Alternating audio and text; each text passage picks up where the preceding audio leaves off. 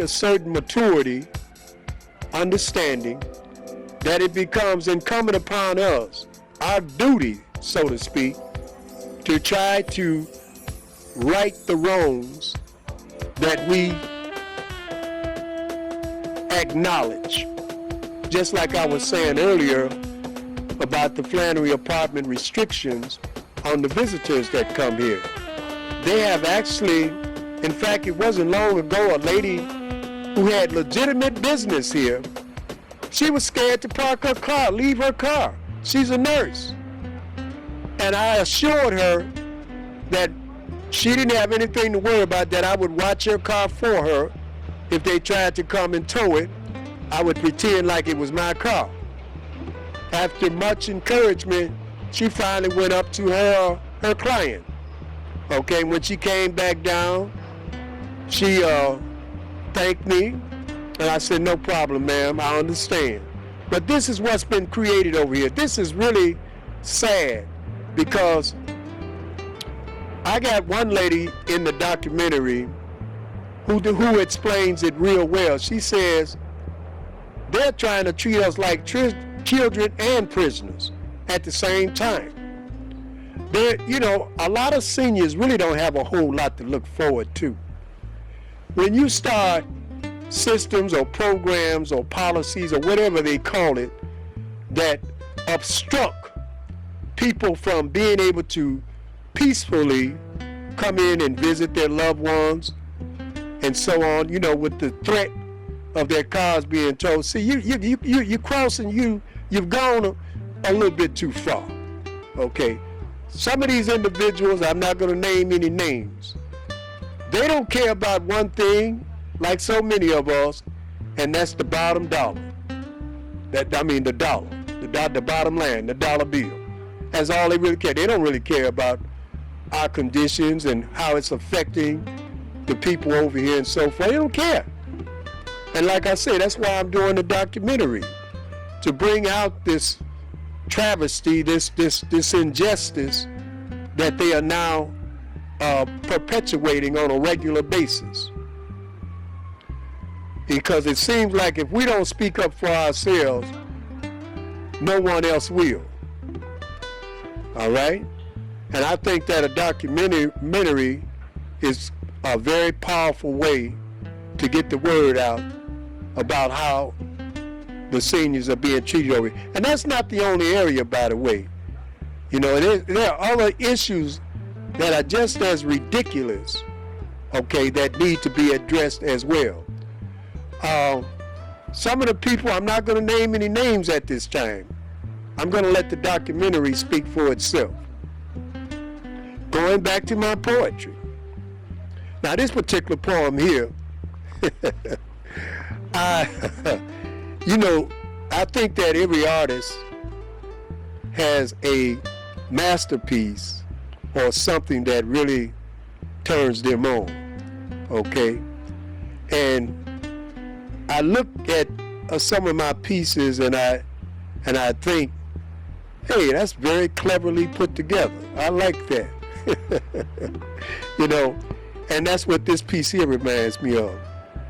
I don't even have a name for it, so you can make up your own name if you like. Not unlike an empty vase, leather and suede, silk and lace, there beyond in outer space, all is one in time and space, the stars, the sun, the darkest place, or here upon her mighty face, our birthplace and base, the human race, where shapes and shadows take chase, not to catch or erase, but trace man's delights or man's disgrace. Because like it or not, this is our lot, a tiny dot in a giant plot, so take your shot. The end game's the same, evil intent versus noble, selfish bent or global, we shoot where we aim. We call this life, more simply put, where mystery and learning is always afoot. Inhibition, intuition, science fiction, drug addiction, superstition, blind conviction, all these things and much, much more determine what's real and what's on shore. Anyway, I like that particular piece, okay. And there are pieces that I like more than others for various reasons. And I have a great many pieces I have written over the years. And I've had many people to applaud me on my work, that it's overdue. And I agree, it's overdue. I have my various explanations, but nevertheless, I'm trying to make up for that, and that's why I'm on here now, sharing with you some of my pieces and my thoughts, my insights, and so forth. There are times when lying will make us knock on wood for the greater good. However, loaded speeches, liars and leeches, a lie's a lie, and apples ain't peaches. So for whatever sake or position we take, whether smooth or tighty, small or mighty, no matter how pat, a lie is just that. But the truth is like a pillar of strength, the tiger tooth of common sense. And so it follows like every tomorrow that those who are real have a God-like appeal. So when dark clouds hover, let the wise take cover. For a lie will desert you and hurt you, leave you misled and out of your head, give you false hope, hook you on dope, destroy your self-worth, make you feel cursed, have you constantly lying, pretending and denying, close your heart like a vault, make you think the wrong thought, keep you feeling mistreated, confused and defeated, have you saying you did while your true self is hid. That's called liars beware, okay? You know, like I said, a lot of my work points in the direction of being for real. Life is short, as we all know, too short, as some of us acknowledge. And it's a really bad thing to waste it on foolishness. You know, it's easy to act a fool, as we all know. Doesn't take a lot of brains to do that. Doesn't take a lot of brains to pull a trigger. A lot of the young people today, unfortunately, have been marshaled into the lunacy or the madness of feeling and thinking that any problems they have are best solved by taking someone's life. That's so sad, okay? But when you look at some of the negative influences that have been orchestrated and circulated as far as certain things that I refer to as rap crap,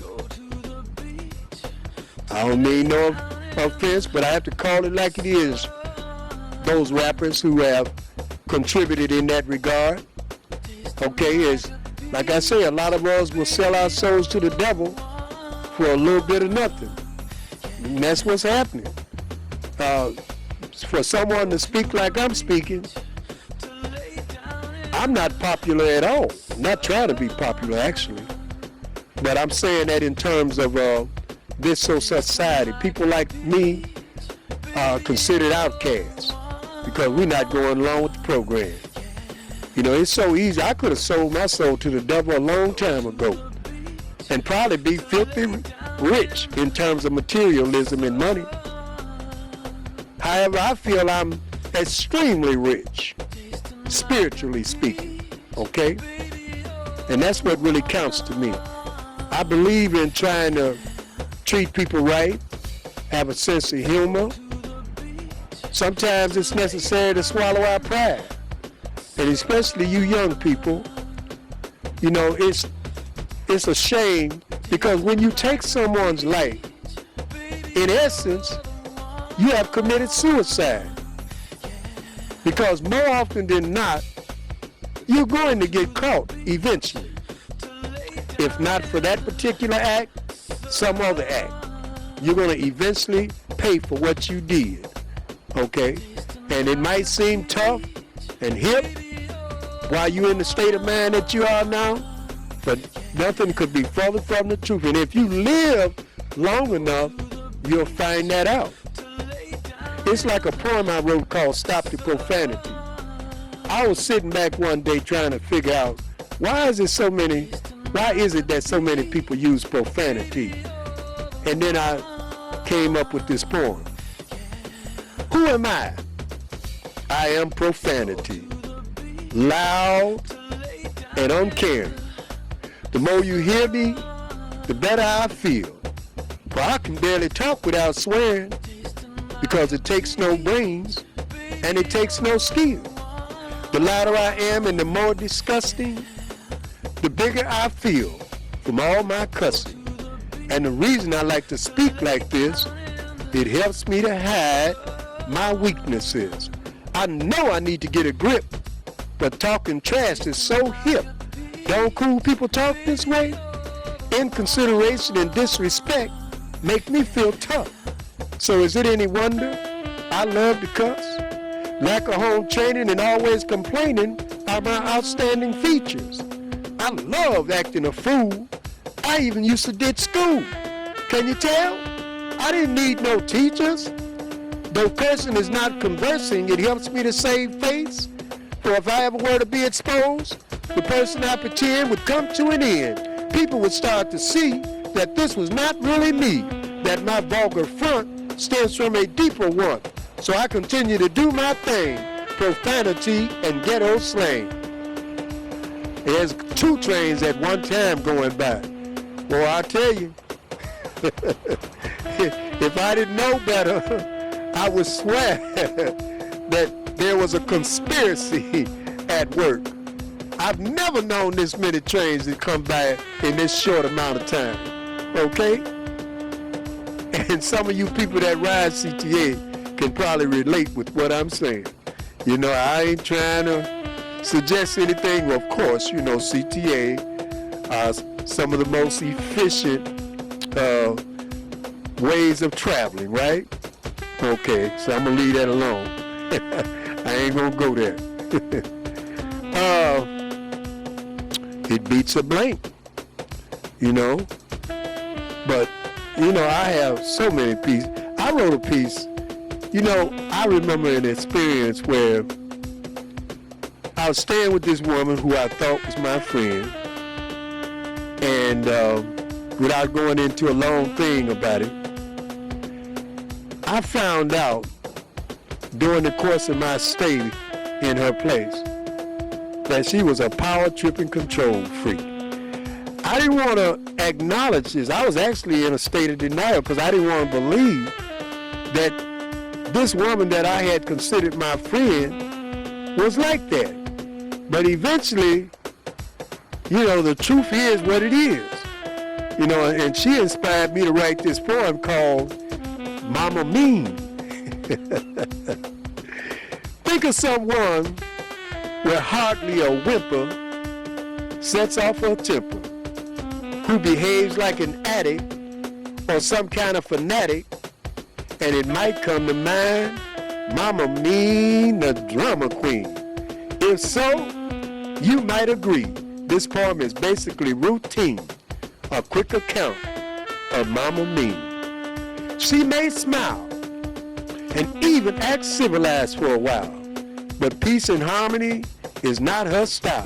Mama Mean is mean, a drama queen, and got the nerve to say she's blessed.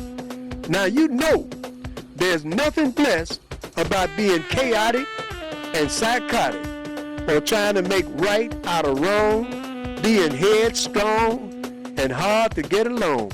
I say to you in earnest, Mama Mean is possessed, a walking furnace, and being blessed is not an option, just a fantasy concoction. She blindly fantasizes, but who knows not that she knows not, because self-denial has many disguises. Nevertheless, Mama Mean is mean, frantic, and full of panic. No compassion, no gratitude, just a whole lot of attitude. Jumpy, grumpy, acting a monkey, full of crap, and ready to snap. Man, my God, she is something else. Too fast to argue and too full of herself. Okay? You know, like I say, I'm just jumping around, and I'm hoping that anyone listening will get something out of my pieces. I have lots of different pieces I have written. I'm just snatching them out at random. I got short poems that I have written, long poems that I have written. I'm not doing the longer poems because since this is our first show in quite a while, I just want to skim through and find the ones that are not that long, just to because we intend to do many other shows, and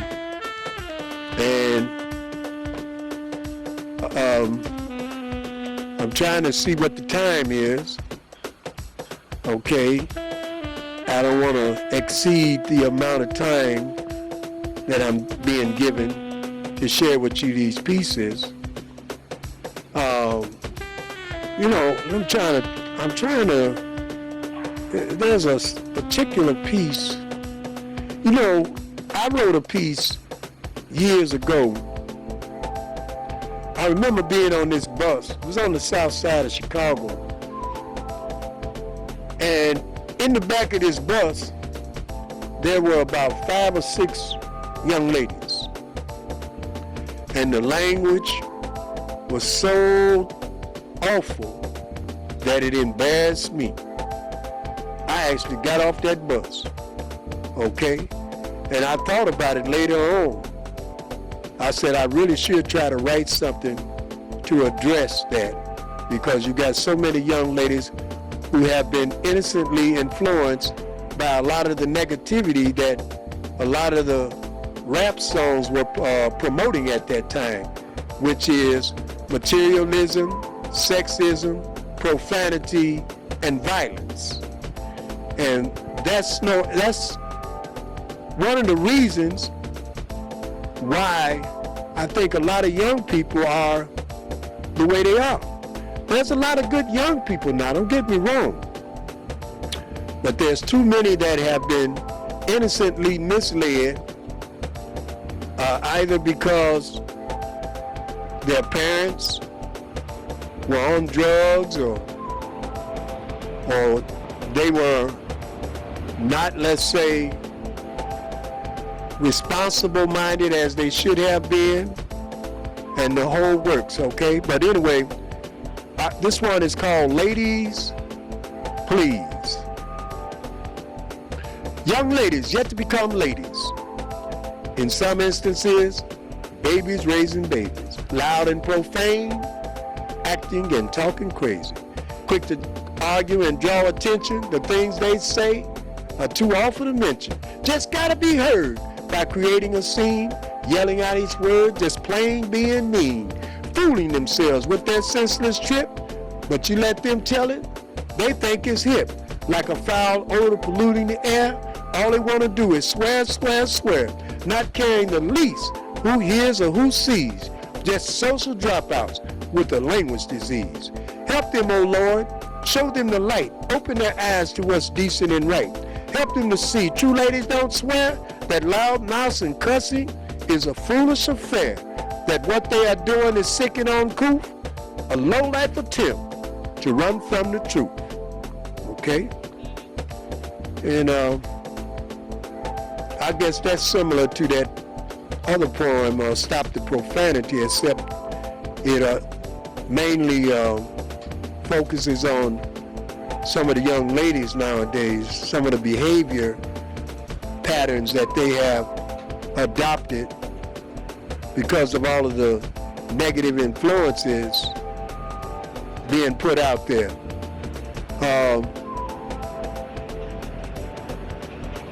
Let's see. I got one I wrote. I'm trying to wait for, my God. these trains, and they're coming two at a time. I think about, what, 15 trains have gone by so far? I ain't never known it to be that busy, but anyway, it's not gonna stop me. How we do each other is really dirty, and at times it's even scary.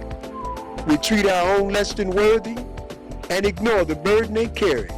Like dust mites on empty shells aimlessly slithering about, or people who don't respect themselves looking for some kind of out. Ask yourself this: why is it people outside of mine seem so much more appealing, that draw me across the color line in what I'm thinking and feeling? Could it be the power of persuasion has turned me against myself, slave to things Caucasian, instead of just being myself? Okay? Now, some may say that's a racist piece of material. No, it's not. Not really. It's not doing anything but saying the same thing I was saying in that poem that I did at the beginning called Just Be You. That's all you got to do in the world near or far. Will appreciate who you are. You know, the one where I got in there, off the charts, my heart of hearts.